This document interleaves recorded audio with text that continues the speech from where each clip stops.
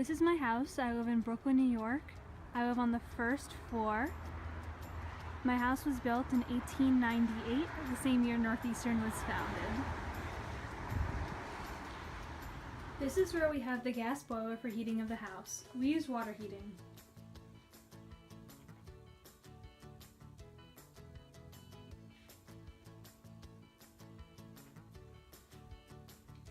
Here's the steam pressure gauge, the limit control, and the circulator. These pipes extend throughout the house and deliver hot water to radiators and baseboard heaters. As you can see, they go into the wall and to the ceiling. This exhaust pipe coming out of the back of the heater connects to the chimney. Up here in the ceiling, this is a water control tank. It collects excess water from the system to ensure proper levels. Now let's move on to the water heater. It's a 75-gallon tank and supplies water to the house.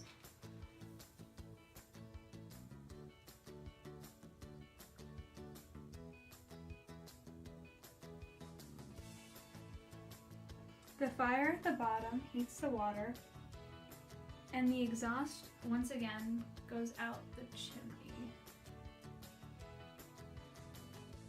This is the hot water pipe. Sorry, it's kind of hard to see. And that delivers water to the house. It goes out the ceiling, over there. Over here we see the electric meters. There's one for each family in my house. It's a 2-family house. So that's the second floor and first floor. So you probably couldn't tell, but it's freezing down here. This is because the walls have virtually no insulation. If you knock on it, they're hollow. The only thing that's behind the bottom portion of them, so from about here down, is the interior exterior wall and then soil from the earth, but up by the window over there, there's nothing else. There's no insulation. If you go into this closet, you could see the stone and an open window that leads directly outside, so directly underneath the front porch. So that's a major site of heat loss. This is an example of one of our baseboard heaters that uses water heating from the boiler in the basement. There are a few other radiators in the house that use the water heating. This radiator uses water heating, and so does this one. We use zone electric heaters such as this one in rooms where the baseboard heaters were not properly installed. In the summer, they work as air conditioning units. This is the power unit for the electric zone air conditioners and heaters.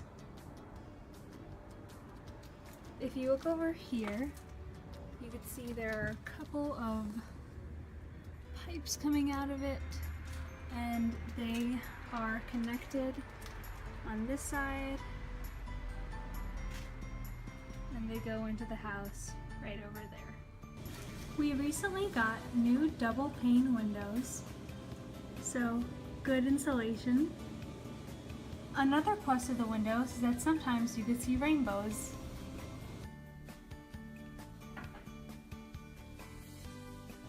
Our back door is also fairly new.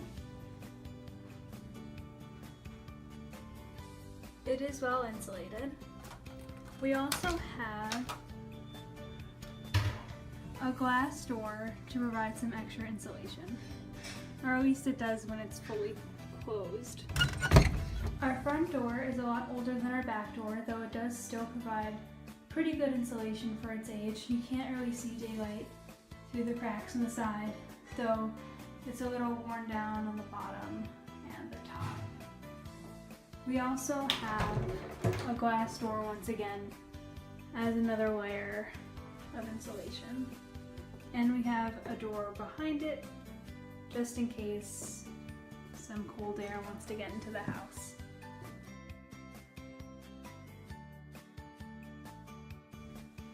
We could properly connect the baseboard heaters so that they actually provide heat in certain rooms of the house. We can also get better insulated windows, and we can try to find a way to close this window.